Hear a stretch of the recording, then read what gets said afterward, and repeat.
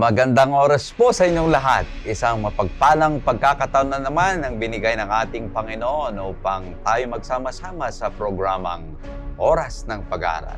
Kami po ay nagagalak na kayo ay aming makasama muli sa ating pag-aaral ng salita ng ating Panginoong Diyos.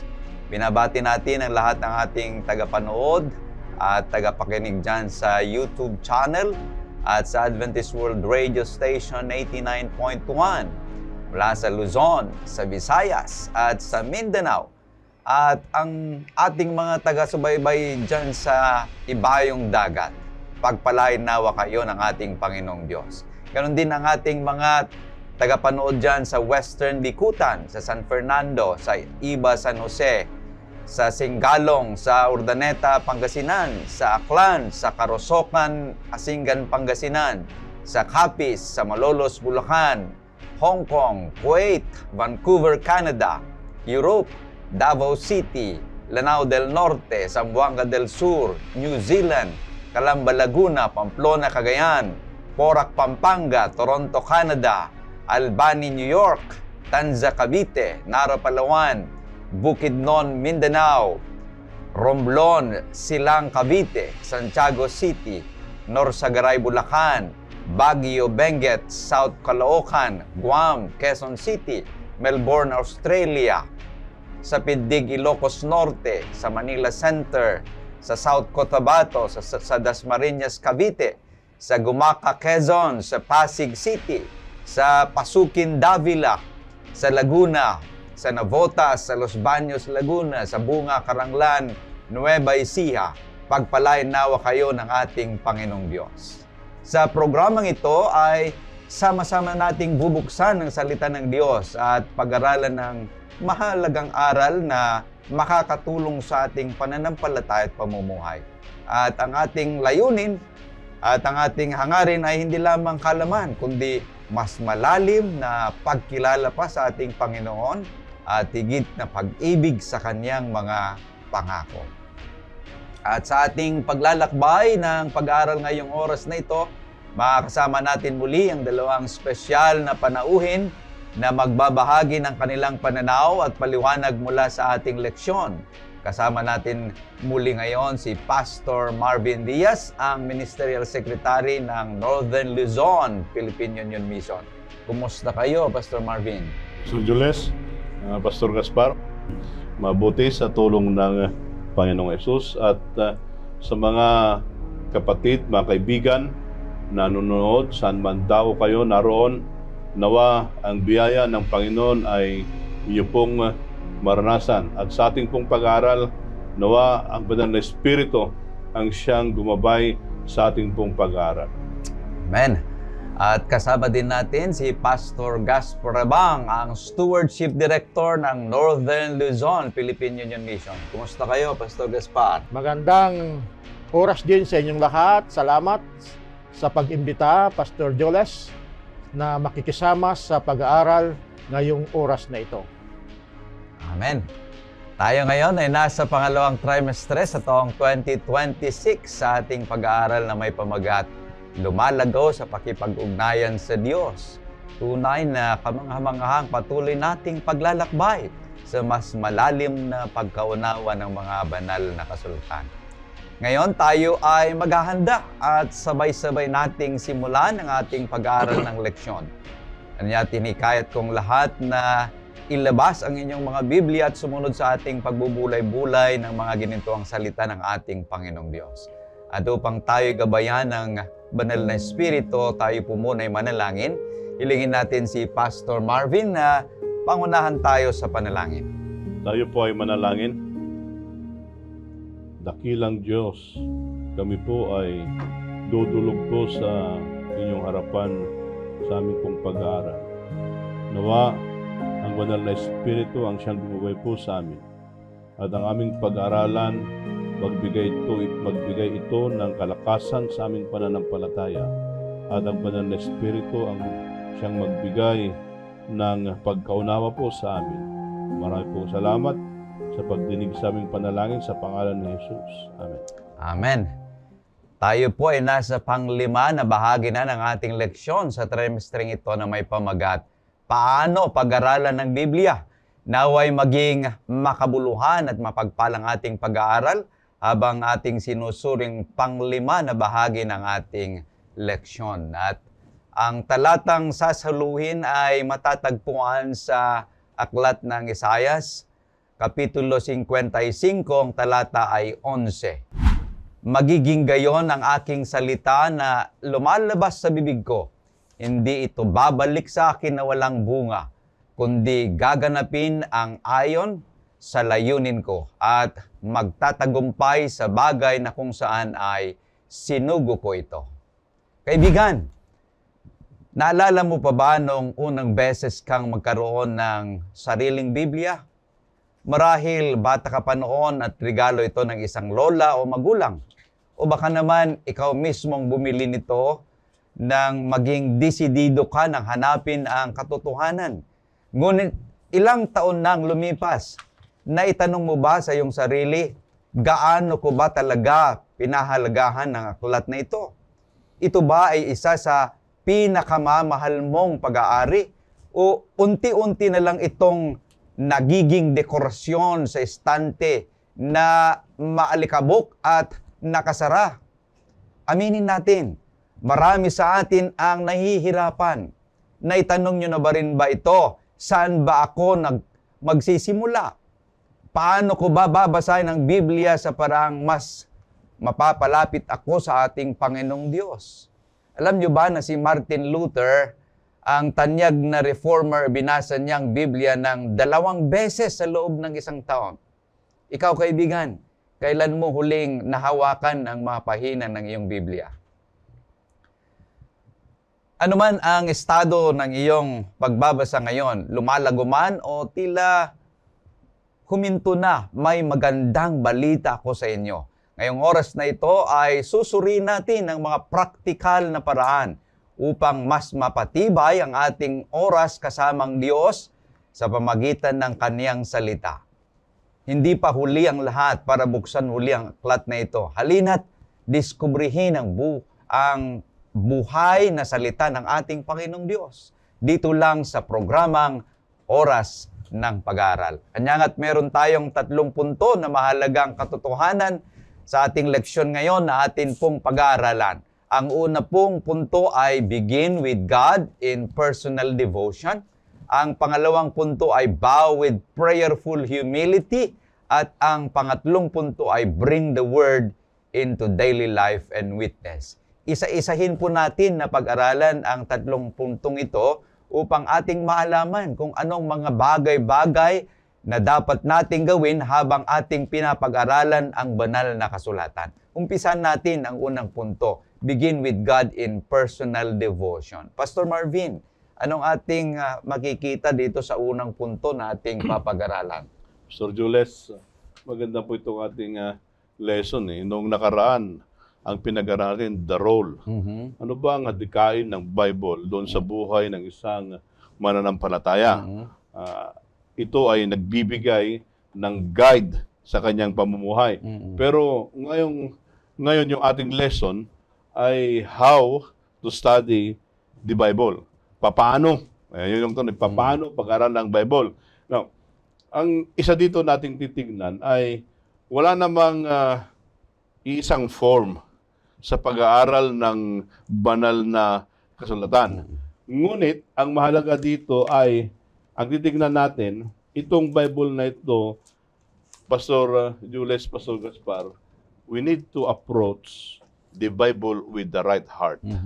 Kinakailangan yun na yung approach mo doon sa banal na kasulatan, mayroong tamang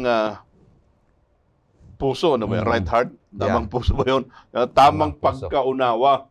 At tama yung timing natin. Bakit po ganon ang titignan natin? Kasi ang sabi doon sa unang outline natin ay begin with God in personal devotion. So, we need to begin and approach the Bible with the right heart.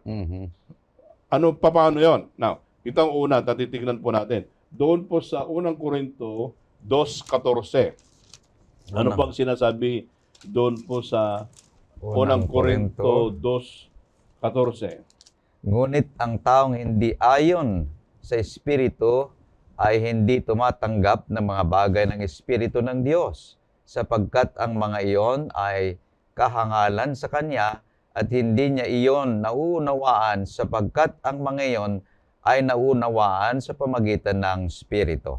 Naunawaan, yung sa huling, doon sa huling balangkas doon ay naunawaan dahil sa Espiritu. Mhm. Sa English, ang sabi doon ay spiritually things. discerned. Or So the spiritual Bible is spiritually discerned, Mhm. not just only intellectually analyzed. Mhm.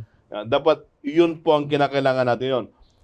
Mayroon spiritual na pagkaunawa doon sa salita ng Panginoon. So that's one of the how. Mhm. Then ang second doon ay doon sa James 1:21. Mhm. Ano pang ang sabi po doon? Isunod niyo po kasi maganda po ito kasi tinitingnan natin that when we approach the Bible, kinakailangan that we need to have the right heart. So ang una po doon, we need to spiritually discern. Kaya't alisin ninyong lahat ng karumihan at ang nalalabing kasamaan at tanggapin ninyo na may kamuan ang salitang itinanim na may kapangyarihang magligtas ng inyong mga kaluluwa. Maganda ito eh. Ang pangalawa doon, natitingnan natin kasi we need to begin with God. Pride resists truth. Humility welcomes correction. Mhm. Ano ang ibig sabihin noon? Na kasi pag may pride ka, pag nagbasa ka ng Bible, para bang hindi ka nakokorek. Mhm. But the moment that we have the humility, then we welcome correction. Mhm. Kasi ang sabi po doon sa 21, sabi po sa English ay, receive with meekness the implanted word which is able to save your soul. Mhm. Yan, yun ang nagliligtas sa atin. So, kinakailangan doon na we have the right heart, we need to discern, then yung pride ay tanggalin natin, then let us welcome humility para pag yung ating nabasa Pastor Jules, pag tayo na correct, Mhm. maraming salamat sasabihin natin. Then, isa pa doon ay, when we approach the Bible, we should come as learners, Mhm. willing to be shaped by the Word of God, not possessing a critical spirit. Mhm.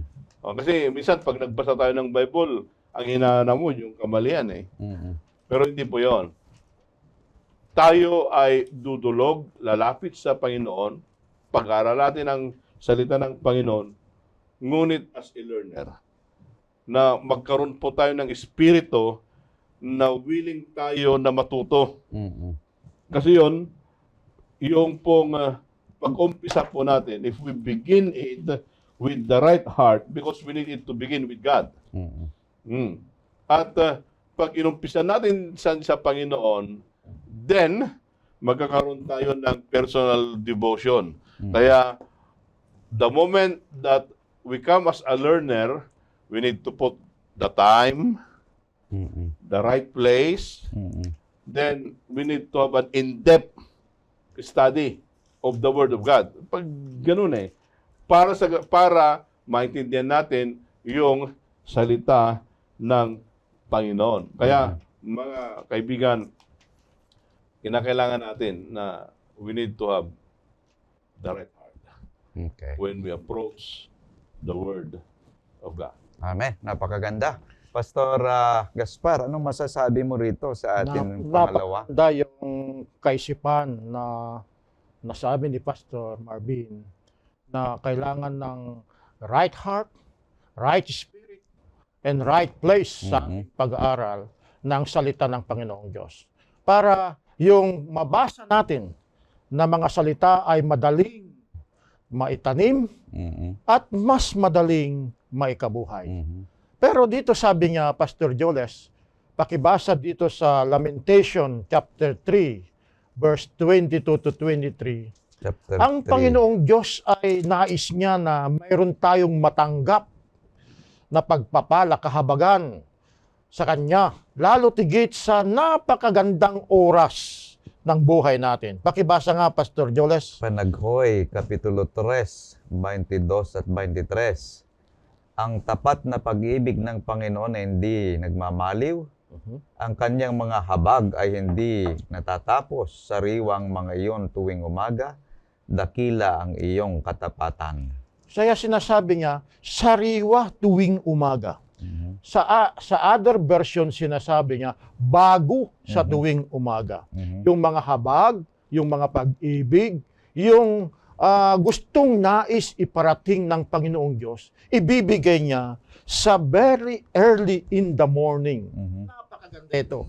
Kaya napakaganda din yung leksyon na binigay ni Dr. Barona, Pastor Joles, na yung melody ng isang tao ay matatanggap early in the morning.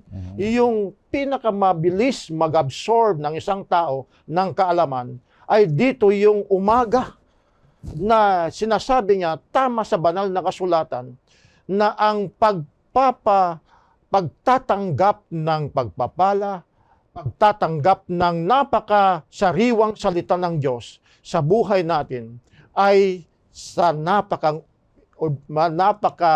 umaga sa buhay natin.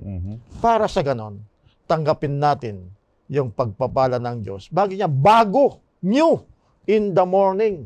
Kaya kung gusto nating makatanggap ng bago, new, in the morning ng pagpapala ng Diyos, let's give Him the time, lalo't higit sa umagang panahon ng pagbabasa ng banal na kasulatan. So, ibig sabihin, Pastor Jules, ay doon sa ating pag-aaral, lalo na doon sa personal devotion, ang isang mananampalataya, yan siya ay lalago sa kanyang pananampalataya kung araw-araw, sabi ni Pastor Gaspar, araw-araw ay kumakain siya ng spiritual. Kasi doon, ang isang Kristiyano ay lumalago siya sa kanyang relasyon sa Panginoon.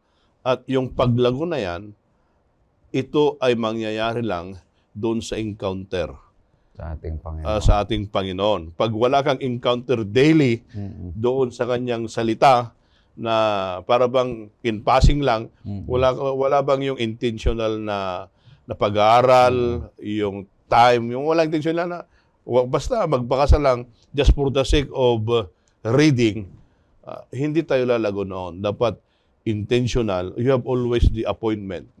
Gagamitin yung term na you need to have an appointment with God daily. Yun yung para intentionally lalago ka sa pananampalataya. Kaya maganda itong Bible study. Yung Bible study lang, ito ay personal journey together with God. So ang ibig sabihin ng pag-aaral ng salita ng ating Panginoong Diyos ay hindi mag-uumpisa sa Biblia, kundi ito'y mag-uumpisa sa Diyos. Tama. It begins with a person, not just a book. Ito yung ating sinasabi dahil begin with God. Tama. Hindi itong aklat, dahil kung itong aklat lamang ay parang nagbabasa ka lang ng mga common na libro sa pahina nito. Ngunit ang binabanggit sa atin, sa ating unang punto ay yung ating pag-aaral ng salita ng Diyos ay umpisa natin sa ating relasyon sa author nito, yung nagsulat nito. Hindi lamang itong aklat na ito, kundi kung sino yung nagsulat nito. At magkakaroon tayo ng magandang relasyon sa Kanya. Ito yung ating sinasabi kanina. At yung sinabi ni Pastor Gaspar din na sa umaga, yun yung personal quiet time, place with God. Kasi mayroong power, sinabi niya yung kanina, yung melatonin, yun yung ginamit niya na salita. Kasi ang ating Panginoong Hesus, Pastor Marvin, ay ito yung kanyang ginagawa. Pag tuwing umaga sa Marcos 1:35, ay nakikipag-usap siya sa Ama. Dahil dito siya nagkakaroon ng kapangyarihan bago gagawin ang mga gawain sa maghapon, ay kailangan niyang mayroong personal devotion sa kanyang Ama. Kanya't ito sana rin yung ating nararanasan araw-araw sa ating buhay na magkaroon tayo ng thirst na makausap ang ating Panginoong Diyos. Para bagang ating hinihintay na hanap na tuwing umaga ay makausap natin muli ang ating Panginoon, our personal time with God. Kaya iba kasi Pastor Jules pag ikaw ay bumabasa ng Bible, ay pinapahintulutan mo ang Panginoon ay makipag-usap sa iyo. Yan. Then when you pray, kasi yung susunod na point natin, when you pray, that's the time you talk with God. Pero ang nangyayari kasi minsan, tayo lang ang nakikiusap sa Panginoon. Gusto mo lang, manalangin ka lang. Pero imbalance siya Kinakailangan na magbasa tayo ng Panginoon para hayaan natin ang Panginoon ang siyang makipag-usap sa atin. Kaya dapat sana yung pagbabasa na yun ay magkaroon tayo ng hunger, ng thirsting, at saka ano pang mga yon. Kaya kinakailangan na para bagang ito ay nagbibigay vitamins sa ating daily spiritual journey. Napakaganda, Pastor, kasi sabi niya dito, sa pag-aaral ng salita ng Panginoong Diyos, ay nag-establish tayo ng relasyon. Relasyon kung sino yung gumawa, relasyon kung ano yung gusto at nais ng isang bagay sa buhay natin. Kaya dito, sa pagbabasa ng banal na kasulatan, nag-establish tayo ng relasyon natin sa Diyos. Ibig sabihin, kung mag-establish tayo ng relasyon natin sa Diyos, kailangan natin yung intentional na panahon para kilalanin siya.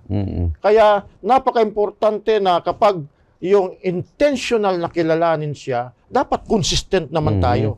Hindi lang yung passing, hindi lang yung gusto natin, kasi nag-establish tayo ng relasyon tayo sa ating Panginoong Diyos. Hindi pwede yung magmamadali na parang gusto nating malaman lahat, pero wala tayong intention na makilala, mag-establish ng magandang relasyon natin sa ating Panginoong Diyos. Amen. Napakaganda yung unang punto na ating pinapag-aralan, mga kapatid. Begin with God in personal devotion. Ngayon tayo tutungo sa pangalawang punto na atin pong pinapag-aralan ngayon, oras na ito. Ang pangalawang punto ay bow with prayerful humility. So, pagkatapos natin na umpisahan ang pag-aaral ng salita ng Diyos sa pamagitan ng ating relasyon sa ating Panginoong Diyos, ang pangalawa naman ay bow with prayerful humility. Ano yung ating makikita rito, Pastor Marvin? Pag titignan natin itong salita ng Panginoon, itong Bible is not an ordinary book na para bang you treat that na ito ay para bang textbook lang sa school o regular lang na novel na binabasa. Pero hindi yun When we approach the Word of God, kanina, we need to have the right heart. Now, second, if we bow, we need to approach the Bible With humility. Carefully and prayerfully. Now, bakit carefully and prayerfully? Tingnan na po natin. Sabi po doon sa Psalm 119:18. Buksan mo ang aking mga mata upang makita ko ang kahangahangang mga bagay sa kautusan mo. Tingnan niyo ano yung request ni David. Buksan Ang sabi ang mata. doon ay buksan mo ang aking mga mata. Now, doon po sa pag-aaral po ng banal na kasulatan, ang nais po natin ay ipanalangin natin ng Panginoon ay buksan natin yung ating mga mata. Ano ba yung mata na yan? Now, yung mata na yan ay yung unang kanina nakita natin dapat may spiritual discernment. Ngayon, buksan natin yung ating mata, tapos ang sabi doon, to see wondrous things. Kinakailangan yon. Bakit po natin tingnan doon?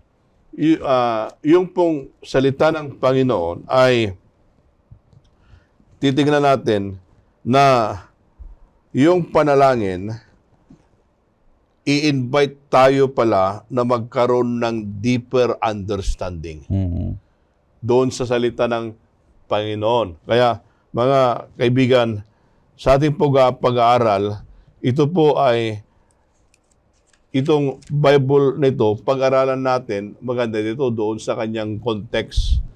Minsan kasi, ang pag-aaral natin, yung iniisip natin, kinakarga natin sa salita ng Panginoon. Maganda dito, hayaan natin na palabasin yung nilalaman ng Bible. Then, paano natin mapalabas yun? Now, by studying carefully and prayerfully. Kaya ang sabi po doon ay bow with prayer and humility. Kaya isa pa doon, Pastor Jules, Pastor Gaspar, ay tingnan natin na the Bible will interpret itself. Hindi yung pag nagbasa ka ng Bible, hindi yung contradiction eh. Yung mga iba, pinagkukontra dito, yung pinagkukontra yung Bible. Hindi pwedeng magkontra yung Bible kasi yun, iisa yung author niyan. Pero, ang sikreto po niyan, para magkaroon po tayo ng mas malalim na pagkaunawa, we need to begin it prayerfully and study carefully. Para bang himay-himayin mo. Himay-himayin mo. Para pag himay mo na ganyan, makita mo talaga, ito pala yung liwanag. Pag tingnan yung mga kapatid. Di ba pag binasa mo yung Bible, pag inulit mo, mayroon namang new light. Ulitin mo ulit, may new light again. Bakit nangyayari yon? Ibig pong sabihin, the Holy Spirit is guiding us in our study of the Word of God. Kaya napakaganda po yung salita ng Panginoon na dapat ang nais ng Panginoon, buksan niya yung ating mata. Pag nabuksan yung ating mata, anong mangyayari doon sa salita ng Panginoon? Doon sa 105, Pastor Jules, Psalm 105. Ilawan sa aking mga paa ang salita mo at liwanag sa landas ko. Di ba? Inopen, tingnan niyo po yung prason. Inopen ng mata, pagkatapos nung na-open, yung Bible, isang liwanag. It's a light, it's a lamp to my feet. Then, ano ba nangyari doon? A light unto my path. Kaya napakaganda po ito itong salita ng Panginoon.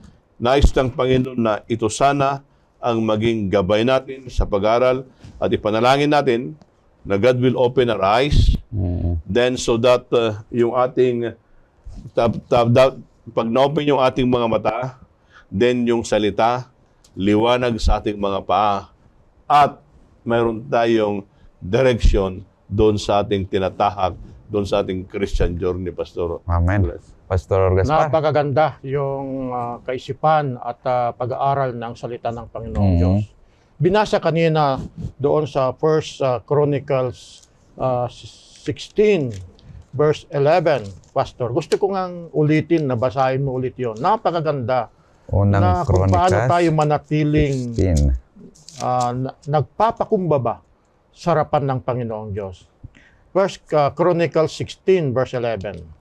Hanapin ninyong Panginoon at ang kanyang lakas. Palagi ninyong hanapin ang kanyang pakikiharap. Dito sinasabi niya, yung salitang seek ay, ang Hebrew word niya ay daras. Ibig sabihin yung meaning ng daras sa Hebrew word ay tinutukoy dito yung pursue diligently. Na sa paghahanap ng Panginoong Diyos, talagang mayroon kang yung ibigyan ng importante at kahalagaan. You need to pursue na mayroon pong pagpapakumbaba sa buhay natin. Kaya napakaganda dito na seeking God requires both desire and deliberate action. Kapag pala tayo ay naghahanap sa Diyos, we need to pursue diligently, sabi nga, ay kailangan mayroon tayo yung desire. Desire and deliberate action. Yung pagyan natin yung pagsunod natin. Para sa ganon, may kabuhay natin yung mga sinasabi ng Panginoong Diyos dahil ang paghahanap sa Kanya na walang ikabuhay sa mga salita niya ay para bang walang kabuluhan. So meaning God invite us to seek Him. Invitation yan. Kaya kung minsan ay sinasabi natin, it is a command. It is a commission. Pero dito, makikita natin dito sa talatang ito that God is inviting us to seek Him. Kasi para sa ganun, kapag pala hinahanap natin ng Diyos, doon mararanasan natin yung totoong pagpapakumbaba, Pastor Yones. Amen. Dito sa ating pinapag-aralan ay nakikita natin na ang banal na kasulatan ay kailangan natin na kung saan ay sinasabi ng iba kung minsan na kapag sila ay nagdidebatehan, kumukuha sila ng talata na kung saan sumusuport sa kanilang mga opinions. Ngunit hindi ito yung tama, kagaya ng binasa natin kanina, nasa Psalms 119:105, ang salita ng Diyos ay ilawan. At ito sana ay nagbibigay sa atin ng katotohanan habang hinahanap natin ang katotohanan. Ang ibig sabihin, true study begins when we say, Lord, I'm willing to obey. I'm willing to go wherever you lead me. Ito yung dapat na espiritu ng bawat isa sa atin. Hindi yung kukuha tayo ng teksto upang suportahan yung gusto natin. Kundi kailangan na meron tayong pagpapakumbaba in approaching the word of the Lord para sa ganon ay kung ano man yung sinasabi ng salita ng Panginoon ay willing tayo na pupunta, willing tayo na baguhin yung anumang dapat nating gawin. Pangalawa, yung sinasabi dito na ang salita ng ating Panginoong Diyos sa Isaiah 50 verse 4 ay tongue of the learner. Ang ibig sabihin, ito ay work of the Holy Spirit. Ang salita ng Biblia ay ito ay trabaho ng banal na espiritu. Ang ibig sabihin, ang banal na kasulatan ay spiritual books. It requires prayerful reflection and divine guidance. Kanya kung tayo lamang sa kaalaman ng bawat isa sa atin, ang ating gagamitin sa pag-aaral ng salita ay hindi po natin maunawaan. Kasi sinabi kanina ni Pastor Marvin, spiritual things are spiritually discerned. Kanya kailangan ang salita ng ating Panginoong Diyos ay guidance, kailangan ng guidance ng Holy Spirit. So kailangan natin na hilingin ang ating teacher, ang Holy Spirit, because without Him, the Bible is just a book. And with Him, it becomes a changing life conversation sa bawat isa sa atin. So, may mababago talaga sa bawat isa kung ang teacher ay ang Holy Spirit. Sa Pastor Joel, isa pa doon ay we need to give time in reflection. Not just reading. Yeah. Kailangan na reflect. Na yung bang pagtitignan mo doon ay hindi yung ano ba ang itatama ko sa kapatid? Oo. Hindi yun eh. Ang mangyari doon ay Sa aking buhay sana. ano ba ang mabago sa aking buhay? Kasi kinakailangan yun eh. Minsan kasi ang nangyari ay walang reflection. We can learn at matutunan natin doon sa banal na kasulatan pag if we meditate and if we reflect. Especially in the life of our Lord Jesus Christ sa ating pag-aaral. Kaya nga napakaganda yung salitang tongue of the learned.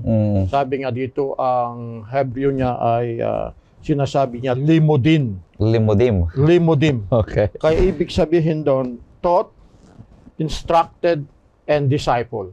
Ito pala yung limudim na sinasabi niya na yung salita, yung ating dila ay na-train totally instructed by God. Mhm. Dito pala ito na kapag pala tayo ay nagsisik, hinahanap natin ng Diyos, na-train pala. Kahit yung pananalita, kahit yung buhay natin, ay na-train pala ito hanggang ito ay ma-adapt na natin yung kabuang ugali, karakter ng ating Panginoong Diyos. Pastor Jones. Napakahalaga. Kanya nga't ang pag-aaral ng salita ng ating Panginoong Diyos, yung goal ng ating pag-aaral ng salita ng ating Panginoong Diyos is not to get through the Word, but to let the Word get through to you. Ito dapat yung atin pong makita sa atin pong pag-aaral ng salita ng Panginoon. Kanya, it will transform our life. The Bible is not just an information to us, but it will transform us. Nakagaya ng ating Panginoong Yesus. Tayo na dadako sa pangatlong punto ng ating pinapag-aralan ngayong oras na ito. Ang pangatlo at panghuling punto ay bring the Word into daily life and witness. Pastor Marvin? Maganda ito eh. Yung salitang bring. Yung bring ba? Pag binasa mo yung kasulatan, anong mangyayari sa'yo? Is bringing what you have studied para maging buhay ito sa'yo. Now, gusto lang i-end doon sa pinag-aral natin. Una ay yung kanina na binanggit yung na text doon sa Isaiah 50 verse 4. Siguro maganda pag ulitin natin na basahin yon. Okay. At pagkatapos noon ay isunod natin yung Santiago 1:22. Okay. 50, Versikulo 4. talata ay 4. Binigyan ako ng Panginoong Diyos ng dila ng mga naturuan upang aking malaman kung paanong aalalayan ng mga salita ang nanlulupaypay. Siya'y nagigising tuwing umaga, ginigising niya ang aking pandinig upang makinig na gaya ng mga naturuan. Maganda eh. Itong sabi ni Isaias, sinong nagbigay? Ang nagbigay dito, sabi na, the Lord has given me the tongue of the learned. Panginoong Diyos. Ang nagbigay ang Panginoong Diyos. Then, pag naibigay, anong mangyayari doon? Ang sabi doon, that I should know how to speak. Pag naibigay yung salita, anong susunod doon? Kailangan na ibigay mo rin sa iba. Ibigay mo rin sa iba.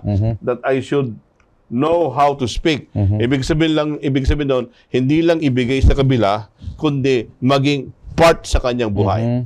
Kasi doon, that I should know how to speak. So, it is hard to speak to others if the word is not put in your heart. Kaya, ang sabi po doon, a word in season to him who is weary.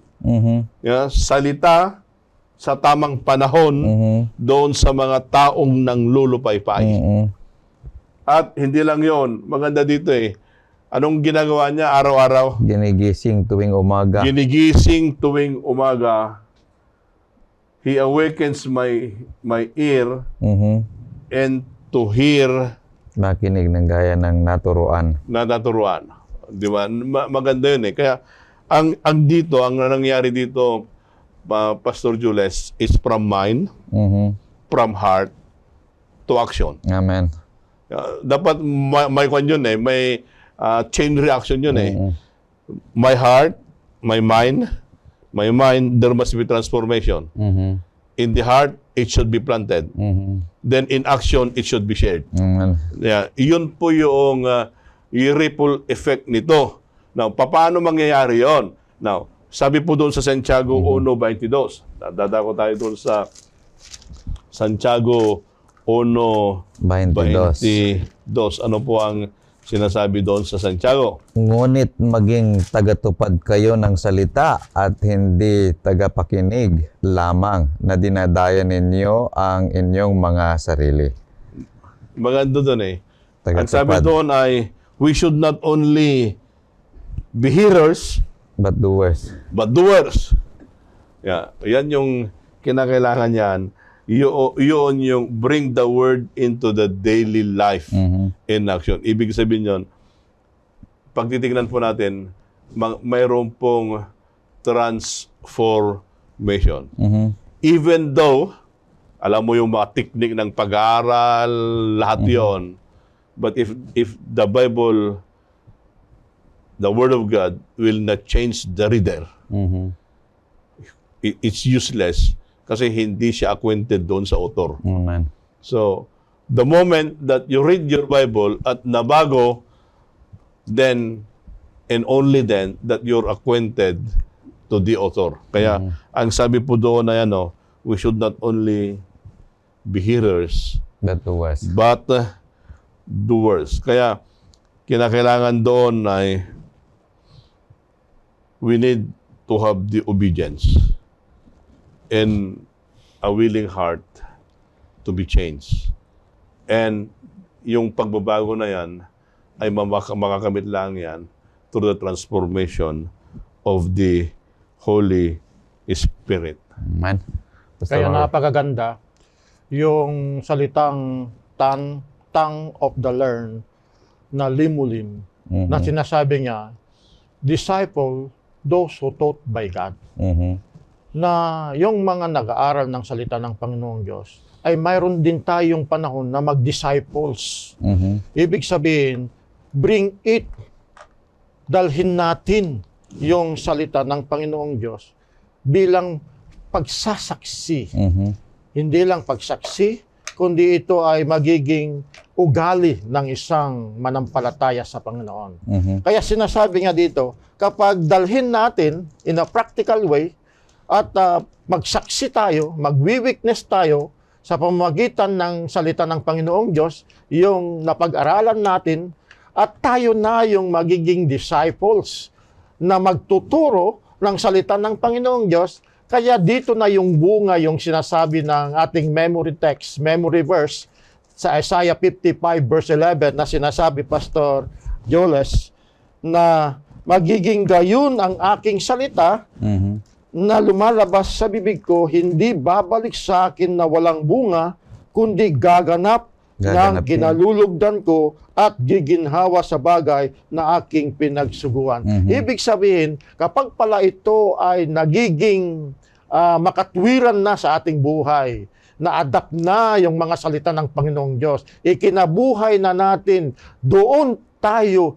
dadalhin at tayo magiging disipulos ng Panginoong Diyos upang yung mga salita na sinasabi niya dito ay hindi babalik na walang kabuluhan, bagkus ito ay magdadala ng panibagong na bagong buhay dahil sa pagtitiwala nila sa salita ng Panginoong Diyos sa ating mga buhay, Pastor Jonas.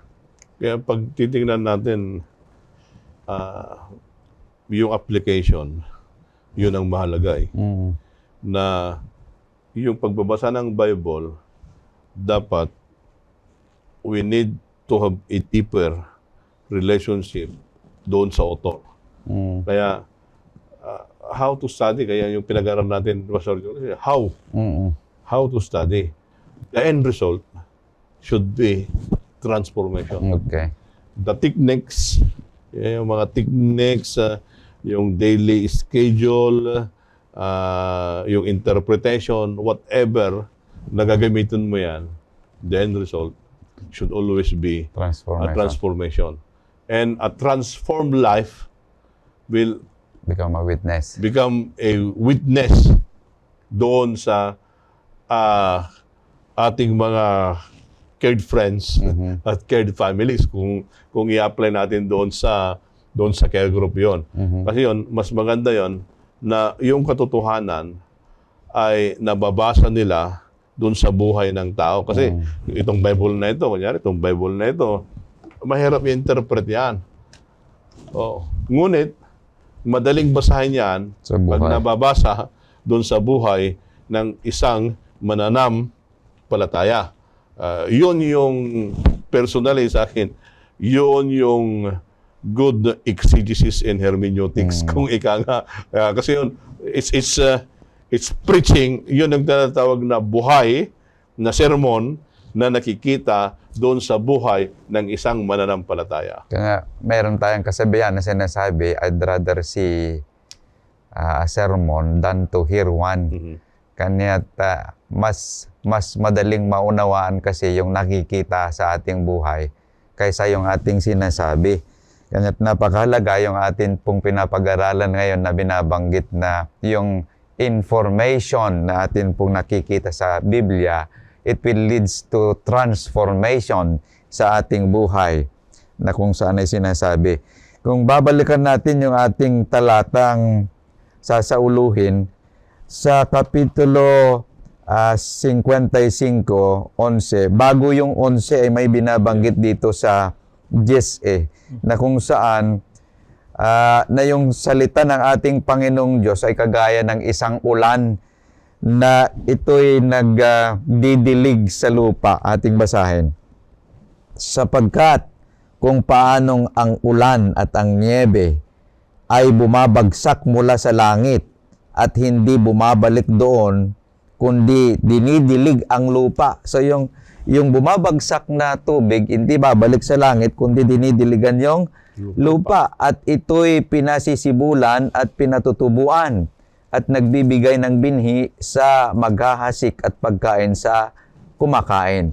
Magiging gayon, ang sabi sa talatang 11, ang aking salita na lumalabas sa bibig ko, hindi ito babalik sa akin na walang bunga. Ang ibig sabihin, ginamit niya yung metaphor ng ulan sa salita ng ating Panginoong Diyos. Kanya't ang Bible study is only complete when the ink of the pages of the Bible becomes action in the life. Ito yung ating sinasabi na kanina. So, we don't just study to know more, but we study to be more like Christ, to be more like Jesus, the author of the Bible. Ito yung binabanggit. Kanya't ang atin sanang pag-aaral ng salita ng ating Panginoong Diyos, Pastor Gaspar at Pastor Marvin, ay, ang sabi dito, it changes our choices, it changes our relationships, it changes our speech, upang sa ganon,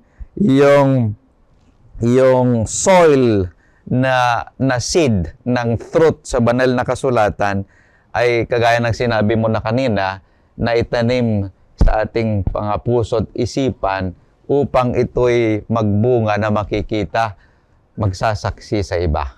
Kaya kinakailangan din naman Pastor Julius, Pastor Gaspar, na everyday our devotional life should always be fresh. Para yung dilig ng ulan. Yeah. Fresh yan. It's always fresh, your devotional life. Hindi siya boring. But the moment that you don't give time is always boring. Pero pag yung usual na ginagamit yun ay hinahanap na. So it must always be fresh every day. And when we do it every day, we become faithful in our daily Bible study to God. Then the more we will become more like the author of the Word of God. So mayroong talagang consistency, yung sinasabi kanina ni Pastor Gaspar. May consistency sa ating pag-aaral ng Biblia upang sa ganon, it becomes fresh every morning. Kasi minsan nang nangyayari, pag nakaalala ka lang, Saka lang mag-aral. mag-aral. Okay. O kaya magsermon ka lang sa midweek, sa vesper. Saka lang magbasa. Saka lang magbasa. Hindi yun eh.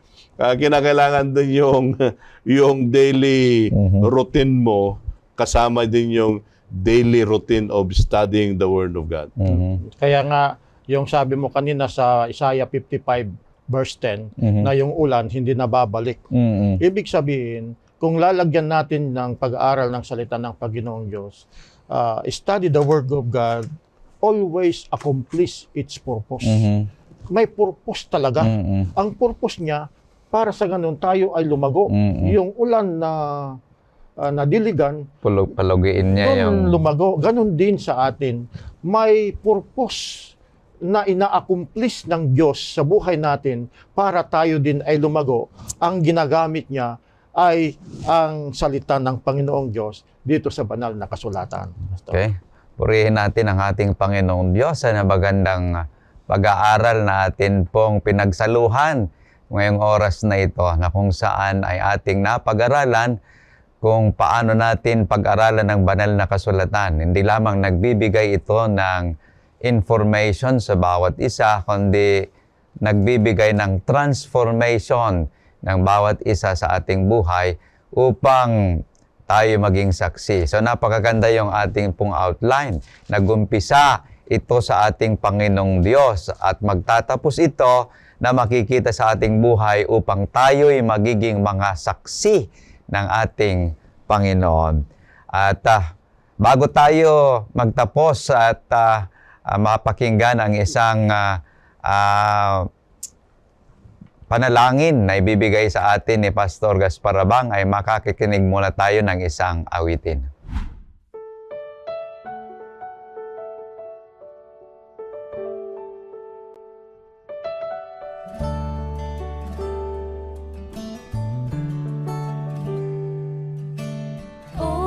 Kung batid ko lamang ang lengguwahe ng Kanaan,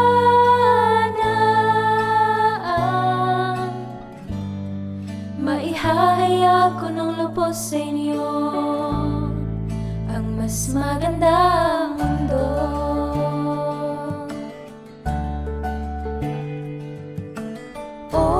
Kung batid ko lamang ang lengguwahe ng Kanaan,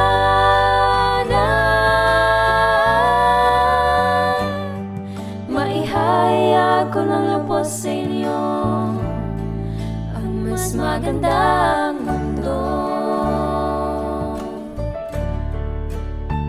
Do'y wala ng gabi, tanging liwanag ay si Jesus. Luha ay mapaparang, o langit, nais kong makarating riyan.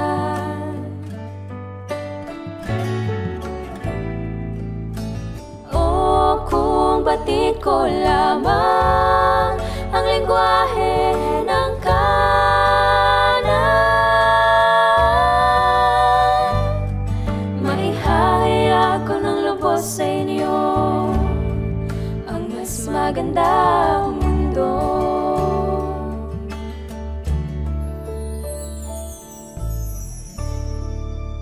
Ang mga kamangha-manghang bagay na ipinakita sa akin ng Diyos ay hindi ko maipaliwanag gamit ang lengguwahe ng tao. Dooy mayroong batong malapad na buhat dooy nakaukit sa letrang ginto ang pangalan ng mga naligtas. Aming narinig ang kaibig-ibig na tinig ni Jesus na nagsasabi, "Kayo'y pumasok, aking bayan. Kayo'y nagbuhat sa malaking kabagabagan. Sumunod sa aking kalooban at nagsakripisyo para sa akin. Magsipasok kayo sa banal na hapunan dahil ako mismo ang maghahanda para sa inyo." At kami sumigaw, "Hallelujah! Kaluwalhatian!" at pumasok sa banal na syudad. At dooy merong lamesang purong pilak. Ito'y napakahaba ngunit natatanong namin iyon.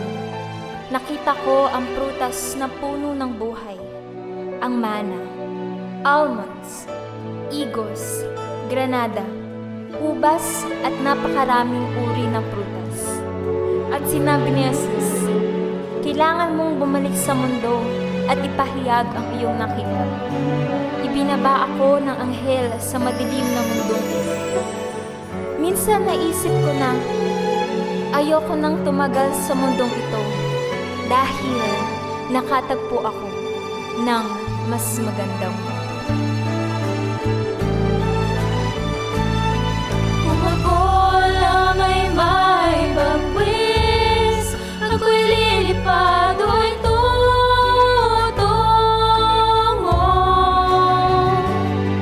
Tatawid ako ng ilog Jordan para sa mas magandang lugar. Tuoy umay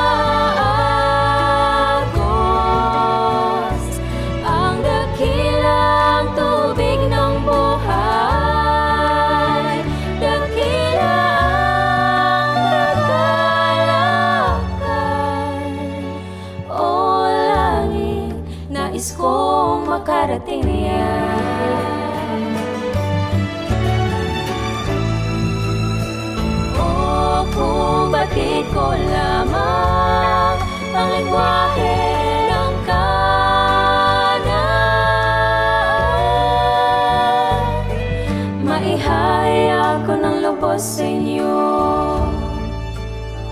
ang mas magandang mundo. Maihahayag ko ng lubos sa inyo ang mas magandang mundo.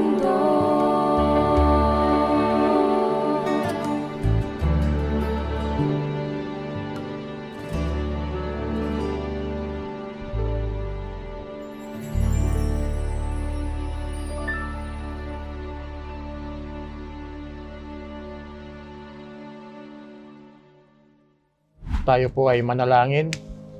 Dakila naming Ama na nagbibigay ng makabuluhang salita upang kami ay lumago. Ma-establish ang magandang relasyon namin sa inyo. Makilala ka namin bilang tagapagligtas, bilang aming Diyos. Panginoong Diyos, tulungan ang bawat isa sa amin. Ang iyong mga salita naway matulungan kami upang mabago ang aming mga buhay. At ang pagbabasa pala, Panginoon, ng iyong salita, doon na lang namin mararanasan na ang aming buhay ay masasanctified at kami ay may hahanda sa malapit nyo ng pagbabalik.